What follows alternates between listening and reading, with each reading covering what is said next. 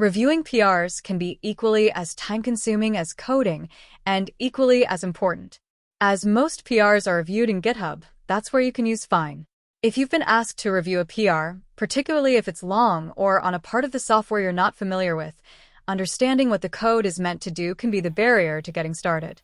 Comment/summary and Fine will summarize the PR for you, allowing you to understand the overall aims and line by line what it's there for.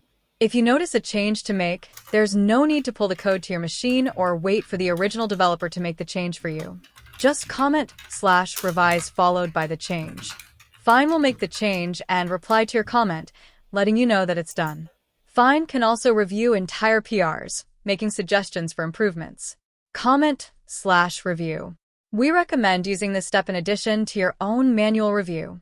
In the next video, we'll talk about running the code generated by Fine in a sandbox from wherever you are.